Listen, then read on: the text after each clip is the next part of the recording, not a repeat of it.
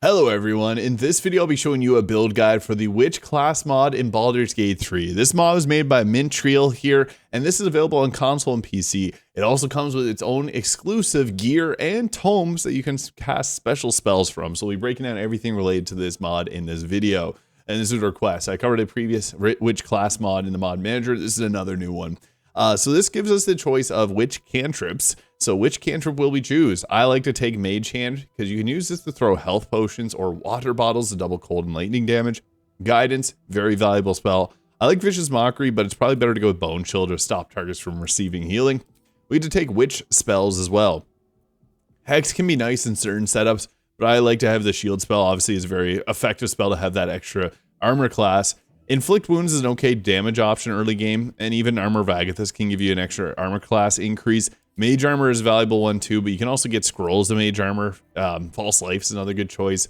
I'm going to go with either the Hex or Hellish Rebuke alongside Shield, and then we get to take Witch Curses. So we got a few different choices. So these are bonus action abilities that use our witchery points. You got Enrage, which can blind the target.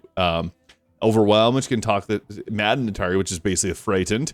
You can burn the target for 3 turns. Cripple them, which reduces their movement speed. You can make them chilled with knowledge, which chilled makes them take double cold.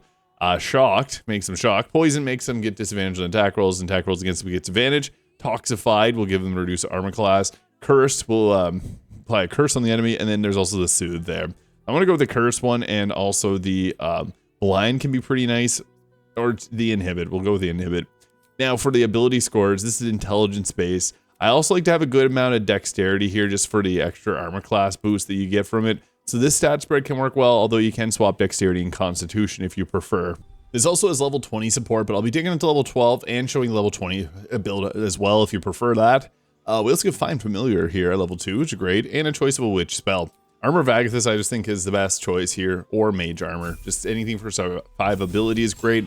Which level 3 gives us our choice of subclass. We have 4 or 5 choices now. The Craft Bond here, so this one's all about the focus on summoned creatures. You also get the craft spells Hold Person and Enlarge Reduce, Command, and Grease.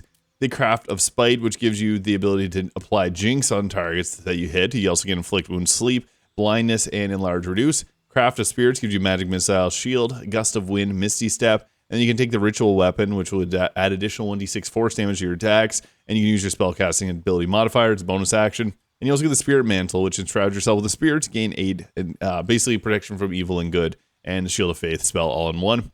Craft of the 3-in-1 gives you Bless, Shield of Faith, Mirror Image, Moonbeam, and the Declare Station. So enhance an ally, allowing them to embody the aspects of the 1 and 3, and enhance yourself the lesser ability, which gives your proficiency bonus to cantrips.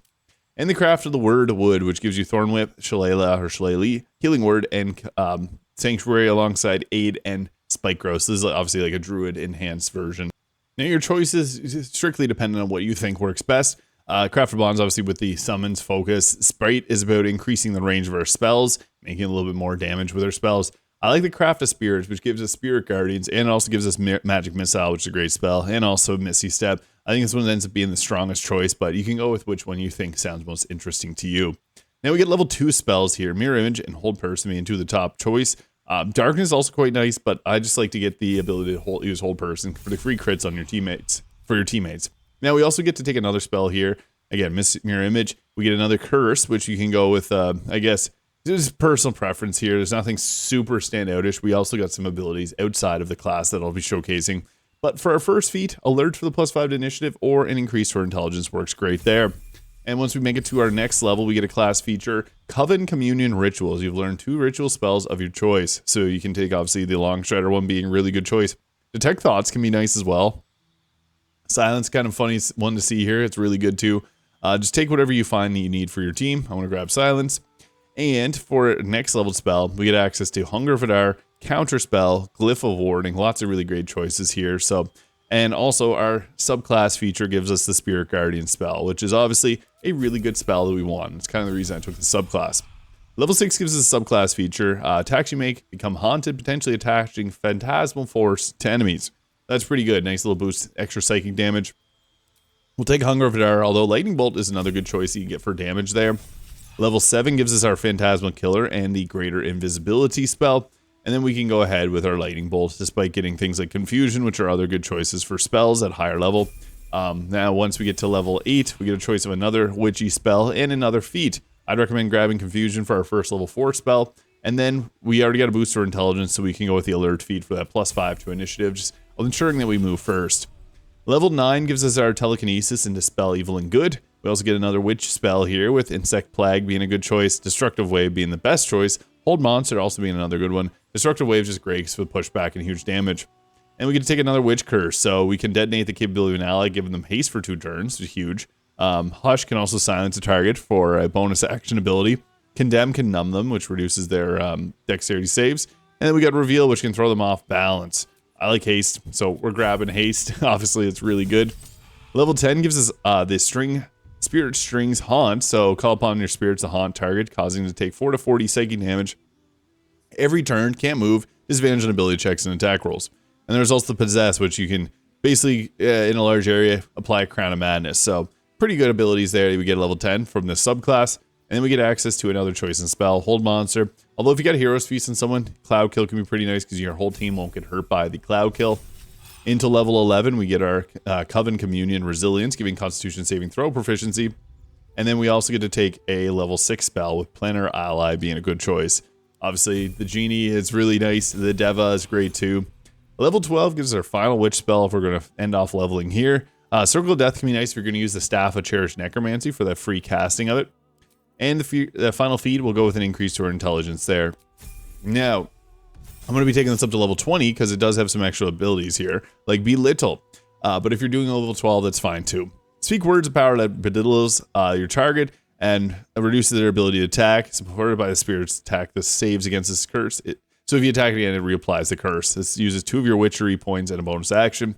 Then we also get to take another choice in spell here with, I guess, Create Undead. Greater Undead. It's pretty nice. Create Undead. Effective spell. Level 14 gives us our Guardian Possession. So class action, call upon a spirit to possess an ally, creating them Death Ward and 60 temporary health. When they have those temporary health points, the spirit will attempt to attack aggressors and enter those that, or anyone that enters their range. It's a pretty nice ability. We also then get to take another choice in spell. Glyph of Warding, actually pretty good. If you're a half elf, put it at your feet, put everyone to sleep. Bewitching. So this is our level 15 ability. We get the Jadis Words of Reckoning, doing a 96 of force damage.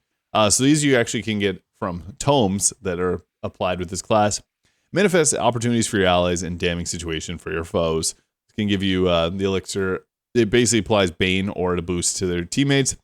The Frozen Realm, which is basically Ice Storm, or Wall of Ice, great spell. Locasta's Travel Blessing, teleport them and bless them. Reversal of Fate, 12d12 healing, and applies Armor of Agathis and Shield. The Caustic Detonation, big explosion, acid damage. Kirik's Metamorphosis does psychic damage and transforms the enemy. Niven's Blade of Victory can also apply a free sword that you can fight alongside, full of wards. And then the Ironwood Sanctuary, which envelops enemy allies in the protection of an Ironwood, making them resistant to all damage and spells. You also get tomes of these as well, so you can take one of them and then you can use the others from the tomes that come with the subclass. Because I'm going to grab Mass Healing Works. That's sometimes a nice one to have to be able to heal multiple allies at a time. Which spell? Yeah, really take your favorite spells here. Insect Plague's a good choice. You can also then go ahead. The bonus action Silence is pretty nice too. And then for extra feat, you can go with the Tough Feat, which will add 40 extra health, 2 per level. It gives you a lot of sort of extra survivability. Bewitching here that we'll take at the next level. I guess we'll go with the Angerboda's Ironwood Sanctuary. And then we'll go with another choice in spell. Again, personal preference here. We're going to go with Blight because we got the staff to boost that up.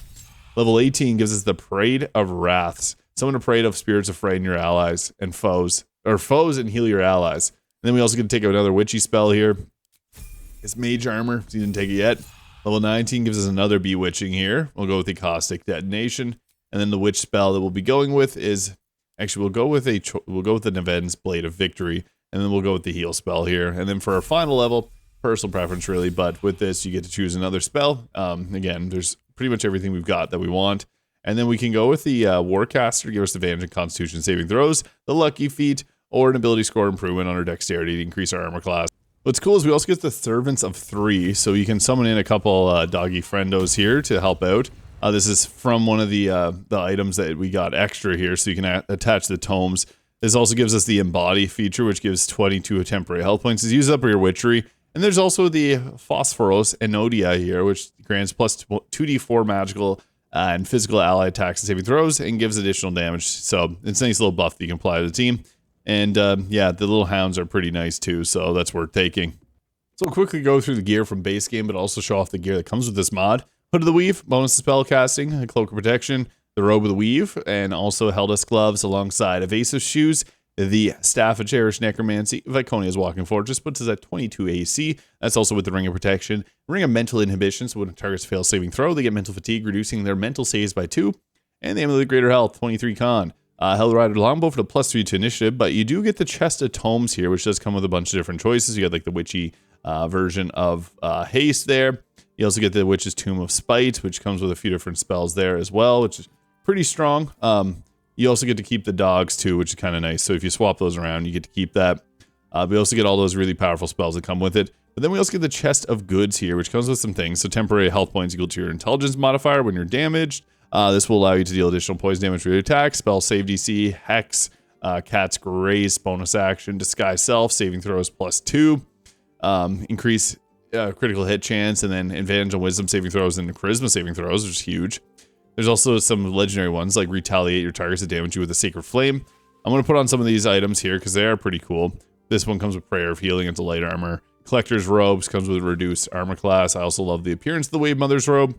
But you can go with some of the other options here. Even the robe of the Horizon Walker, which gives a bonus to your armor equal to your intelligence modifier. So that puts your armor class up to 28.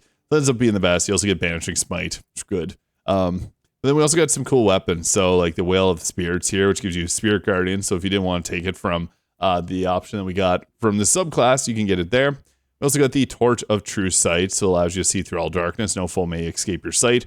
And you get a planar ally from this as well. So that's pretty cool too. If you wanted to equip that there. It's a light club that we can equip. And that gives us another choice for planar ally if we didn't want to take it from our class there. I like the Staff of Cherished Necromancy. It's obviously pretty strong. We also get some other options, and this one's pretty fun too. It comes with Spirit Guardians. The Witch's Kiss comes with Dominate Person. The Hushing Piercer, which can silence targets. Yeah, there's a lot of really cool weapons here that I'd encourage checking out. I'm just going to use a few different ones here. So this comes with like a Wall of Thorns. Lowers our overall health, though, quite a bit. Yeah, your personal preference here for the gear that you want to use. The Sword Summon's also nice because it gets Spirit Guardians and Aura of Warding, despite only having 45 health. So yeah, that's an Aven's Blade of Victory. It's pretty useful. So when it comes to combat, we got lots of options. We have some bonus action abilities too.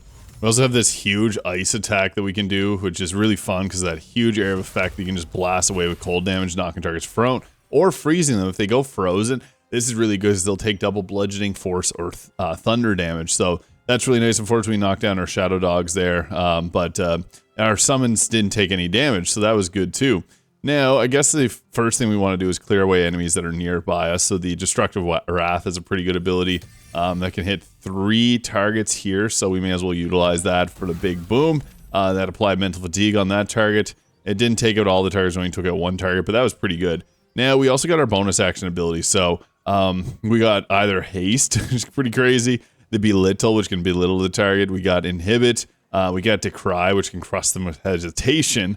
And then we also get the Anger Boda's Ironwood Sanctuary, which I want to apply to myself and my 2 other teammates that are on the battle with us, because this will make it so that they are resistant to all damage and spells, which is a pretty good ability. So yeah, resistance to all and advantage on saving throws. So that's pretty good.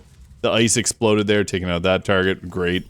And then our sword here, what's great about the sword is it also has Guardian of Faith, which is kind of cool. I'm just going to pop the Spirit Guardians on it because that's always a good choice. And then with the sword, you can just run around dealing additional radiant damage to multiple enemies at a time. And that's really the beautiful thing about that, is it holds your concentration for you. Then we also got our dogs here, which can howl. The howl is actually a pretty... Oh, wow, we can hit all of them there. Actually, we can hit everybody with a howl and possibly frighten them. So that's pretty good. Saved. Yeah, everybody saved. But they can do this in an unlimited amount of time. So yeah, you can howl again. Made 1 target fearful.